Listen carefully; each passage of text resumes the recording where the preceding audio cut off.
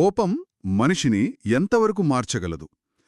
తనకున్న అపారమైన జ్ఞానాన్ని కూడా నాశనం చేయగలదా? ఖచ్చితంగా నాశనం చేయగలదు. ఈ ప్రశ్నతోనే మనం ఈరోజు విశ్లేషణను మొదలు పెడదాం. అందరికీ స్వాగతం. ఈరోజు మనం ఒక అద్భుతమైన కథను లోతుగా విశ్లేషించబోతున్నాం. ఇదొక పాతకాలపు పండితుడు మరియు అతని శిష్యుడి మధ్య జరిగిన కథ. అవును, కానీ ఇది కేవలం ఒక కథ మాత్రమే కాదు. కరెక్ట్. ఇది మన భావోద్వేగాలను, ముఖ్యంగా కోపాన్ని ఎలా అదుపులో ఉంచుకోవాలో తెలిపే ఒక అద్భుతమైన మూలం అని చెప్పాలి. ఇక్కడ మనం మాట్లాడుకోబోయే అసలు విషయం ఏమిటంటే, కేవలం పుస్తకాల ద్వారా వచ్చే సమాచారం ఒక వ్యక్తిని నిజంగా గొప్పవాడిగా మారుస్తుందా? లేదా ఆ జ్ఞానాన్ని మనం ఎలా ఉపయోగిస్తున్నాం, ఇతరులతో ఎలా వ్యవహరిస్తున్నాం అన్నది ముఖ్యమా? చాలా మంచి పాయింట్ అడిగారు. మనం ఈ కథలోని సంఘటనల ద్వారా ఒక 5 ముఖ్యమైన పాఠాలను విశ్లేషించబోతున్నాం. అంటే జ్ఞానం ఓర్పుతో ఎలా ముడిపడి ఉంటుంది, కోపం మన బ్రెయిన్ని ఎలా కంట్రోల్ చేస్తుంది, అలాగే మనల్ని మనం ఎలా మార్చుకోవచ్చు అనే విషయాలను చాలా డీప్గా సైకలాజికల్ కోణంలో చూడబోతున్నాం. పర్ఫెక్ట్. అయితే కథను చాలా నెమ్మదిగా మొదలుపెడదాం. ఒక ఊర్లో ఒక గొప్ప పండితుడుండేవాడు. ఆయనకు అపారమైన జ్ఞానముంది.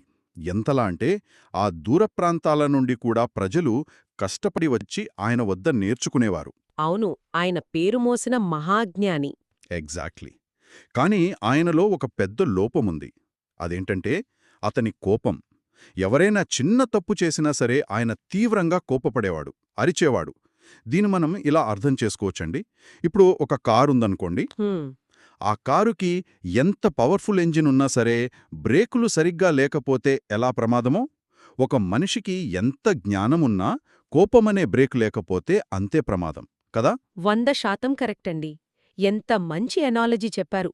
ఇక్కడే మనం మొదటి పాఠాన్ని అర్థం చేసుకోవచ్చు. అదేంటంటే, భావోద్వేగ నియంత్రణ లేని జ్ఞానం అసంపూర్ణమైనది. అంటే ఎమోషనల్ కంట్రోల్ లేకపోతే నాలెడ్జ్ వేస్ట్ అంటారా? అవును, ఎందుకంటే మనం సైకలాజీ పరంగా చూస్తే కోపం అనేది మనిషి విచక్షణను పూర్తిగా కోల్పోయేలా చేస్తుంది. మన మెదుడులో లాజికల్గా ఆలోచించే భాగం ఒకటుంటే, ఇమోషన్స్ని కంట్రోల్ చేసే అమిగ్డాలా అనే భాగం ఇంకొకటుంటుంది. రైట్. కోపం వచ్చినప్పుడు ఈ అమిగ్డాలా అనేది మన లాజికల్ బ్రెయిన్ని పూర్తిగా హైజాక్ చేస్తుంది. అంటే ఆ క్షణంలో అతను ఎంతటి పండితుడైనా సరే ఆ బ్రేకుల్లేని కారులాగానే ప్రవర్తిస్తాడు. వావ్! అమిగ్డాలా హైజాక్ వినడానికే చాలా ఇంట్రెస్టింగ్గా ఉంది. సరే, ఇప్పుడు ఈ కథలో ఏం జరిగిందో చూద్దాం. ఈ పండితుడి దగ్గరికి ఒకరోజు ఒక కొత్త శిష్యుడొచ్చాడు. అతను చాలా వినయంగా ఉన్నాడు. ఏదైనా నేర్చుకోవాలనే తపన అతని కళ్లల్లో కనిపిస్తుంది. కానీ ఒక చిన్న సమస్య. అతను చాలా నెమ్మదిగా నేర్చుకునేవాడు. ఒక్కో విషయం అర్థం చేసుకోవడానికి టైం తీసుకునేవాడు, తప్పులు చేసేవాడు. ఇక్కడ నాకొక డౌట్ వస్తోందండి. అడగండి. అంటే నిపుణులైన వారు, గొప్ప గొప్ప విషయాలు తెలిసినవాళ్లు కొత్తగా నేర్చుకునేవారి పట్ల ఎందుకంత త్వరగా అసహనానికి గురవుతారు? నేర్చుకోవడంలో నెమ్మదిగా ఉండటం అనేది నేరమా? అస్సలు నేరం కాదు. ఇక్కడే మనం 3వ పాఠాన్ని, అంటే నిజమైన జ్ఞానం ఓర్పు మరియు అవగాహనలో ఉంటుంది అన్న విషయాన్ని మాట్లాడుకోవాలి. ఎందుకంటే నిపుణులు ఫ్రస్ట్రేట్ అవ్వడానికి ఒక సైకలాజికల్ కారణముంది. దాన్నే కర్స్ ఆఫ్ నాలెడ్జ్ అంటారు. కర్స్ ఆఫ్ నాలెడ్జ్ అంటే జ్ఞానం యొక్క శాపం. అవునండి. ఒక పని పదే పదే చేసి వాళ్ల మెదడికి అది చాలా ఈజీ అయిపోతుంది. వాళ్లకు ఆవకాయ బద్దంత సులభంగా అనిపించే విషయం కొత్త వాళ్లకు ఒక పెద్ద పర్వతంలా ఉంటుంది. ఆ గురువుకు ఇది అర్థం కాలేదు. నిజమే. నిజానికి ఆ శిష్యుడు అక్కడికి కేవలం పాఠాలు నేర్చుకోవడానికి రాలేదు, ఆ గురువు యొక్క ఓర్పును పరీక్షించడానికి వచ్చాడు అని మనం అనుకోవచ్చు. చాలా డీప్ పాయింట్ ఇది. అయితే ఆ శిష్యుడు నెమ్మదిగా నేర్చుకుంటూ ఉన్నాడు కదా. ఒకరోజు అతను ఎప్పట్లాగే ఒక చిన్న తప్పు చేశాడు. అంతే, పండితుడు కోపంతో మండిపోయాడు. ఇక అరుస్తాడు. అవును, అగ్నిపర్వతంలా బద్దలయ్యాడు. తీవ్రమైన మాటలన్నాడు. ఆ శిష్యుడు ఏమీ అనలేక మౌనంగా చేతులు కట్టుకుని నిలబడిపోయాడు.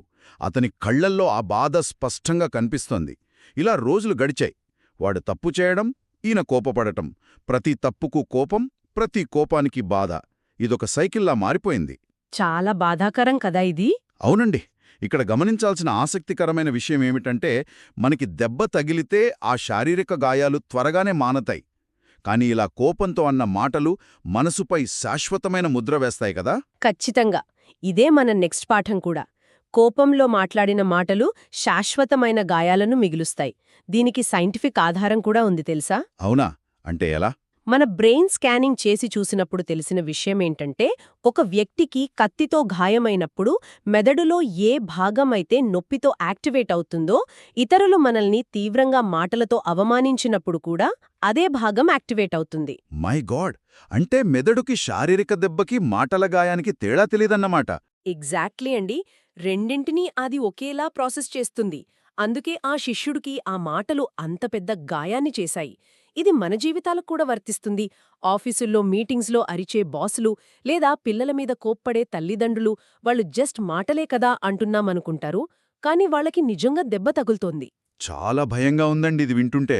మన మాటలు ఎంత కేర్ఫుల్గా వాడాలో అర్థమవుతుంది. సరే, ఇప్పుడు శిష్యుడు పరిస్థితి ఏంటో చూద్దాం. ఆ కోపానికి ఆ మాటలకి తట్టుకోలేక ఒకరోజు ఆ శిష్యుడు రావటం ఆపేశాడు. మ్మ్. మళ్ళీ రాలేదు. అప్పుడు పండితుడిలో ఒక కలవరం మొదలైంది. ఎందుకు రావడం లేదు అని వెతుక్కుంటూ వెళ్ళాడు. చివరికి ఒక చెట్టు కింద ఆ శిష్యుణ్ణి ఒంటరిగా కూర్చునుండగా కనుక్కున్నాడు. అప్పుడేం జరిగింది? దగ్గరికి వెళ్ళి చాలా నెమ్మదిగా అడిగాడు, ఎందుకు రావడం మానేశావు అని. దానికి ఆ శిష్యుడు కూడా చాలా ప్రశాంతంగా ఒక మాట అన్నాడు. నేను జ్ఞానం కోసం వచ్చాను, కాని భయం నేర్చుకున్నాను అని. అబ్బా, ఎంత పవర్ఫుల్ డైలాగ్ అండి ఇది. అవును కదా. దీన్ని మనం కాస్త లోతుగా పరిశీలిద్దాం. గురువు దగ్గర ఎంతో అపారమైన జ్ఞానముంది, కాని ఆ జ్ఞానం ఆ శిష్యుడికి ఎందుకు చేరలేదు? భయం ఆ జ్ఞాన ప్రవాహాన్ని ఎలా అడ్డుకుందంటారు? ఇక్కడే మన రెండవ పాఠం బయటపడుతుంది. అంటే అజ్ఞానం కంటే కోపం బంధాలను వేగంగా నాశనం చేస్తుంది. ఇక్కడ ఆ ఇద్దరి మధ్య బంధం వాడికి చదువు రాకపోవడం వల్ల కాదు, ఈయన కోపం వల్లే తెగిపోయింది. అంటే భయం వల్ల వాడు నేర్చుకోవడం మానేశాడా? కరెక్ట్. బ్రెయిన్ ఎప్పుడూ ఒకేసారి రెండు పనులు చేయలేదు. ఎవరైనా మనమీద అరుస్తున్నప్పుడు మెదడు వెంటనే సర్వైవల్ మోడ్లోకి వెళ్ళిపోతుంది. అంటే ప్రాణాలు కాపాడుకునే స్థితి. ఓహో! అప్పుడు దానికి కొత్త విషయాలు నేర్చుకోవాలి అన్న లర్నింగ్ మోడ్ ఆగిపోతుంది. ఆ గురువు అరుస్తున్నప్పుడు ఆ శిష్యుడికి ఆయనొక పులిలాగా కనిపించాడు. ఇంకొప్పుడు పాఠాలెలా బుర్రకెక్కుతాయి? వావ్! అంటే ప్రాణభయమున్నప్పుడు చదువు ఎక్కదంటారు. చాలా లాజికల్గా ఉందండి. అయితే ఈ శిష్యుడి మాటలు పండితుణ్ణి తీవ్రంగా కుదిపేశాయి. ఆ ఒక్క మాటతో అతనికి నిజమేంతో అర్థమైంది. అతనికి జ్ఞానోదయమైందనమాట. అవును. తన జ్ఞానం తనని గొప్పవాడిని చెయ్యలేదు, తన కోపం తనని బలహీనుడిని చేసింది అని గ్రహించాడు. అప్పుడతను కళ్ళు మూసుకున్నాడు. బహుశా జీవితంలో మొదటిసారి బయట ప్రపంచాన్ని కాకుండా తన మనస్సును తను గమనించడం మొదలుపెట్టాడు. అక్కడ్నుంచే నిజమైన మార్పు ప్రారంభమైందండి. ఇక్కడ నాకో ప్రశ్న. చెప్పండి. అంటే తనని తాను గమనించుకోవడం, ఈ సెల్ఫ్ అవేర్నెస్ అంటాం కదా, అది అన్నింటికంటే పెద్ద చదువు అంటారా? 100% నిజమండి. ఇదే మన 5వ మరియు ఆఖరి పాఠం. స్వీయ అవగాహన అంటే తనను తాను తెలుసుకోవడం, మార్పుకు నాంది. మనం లోకాన్ని చూసే కళ్ళు మూసుకుంటేనే లోపల ఉన్న మనసును చూడగలం. రైట్. ఎప్పుడైతే ఆ పండితుడు తన కోపాన్ని తాను బయటి వ్యక్తిలాగా గమనించడం మొదలుపెట్టాడో, నాకెందుకు కోపం వస్తోంది అని ఆలోచించాడో, అప్పుడే అతని ఎమోషన్స్పై అతనికి కంట్రోల్ వచ్చింది. చాలా అద్భుతంగా విశ్లేషించారండి. సో మనం ముగింపుకొస్తే ఈ కథ మరియు ఈ 5 ముఖ్యమైన పాఠాలు మన జీవితాలకి ఎలా అన్వయించుకోవచ్చో మనకి స్పష్టంగా అర్థమవుతోంది. అవును.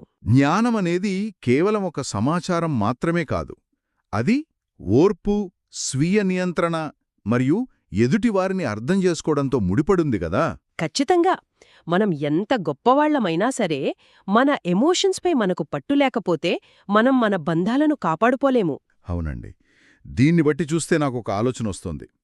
ఆ పండితుడు ఎన్నో ఏళ్లుగా ప్రపంచాన్ని చదివాడు, పుస్తకాలు చదివాడు.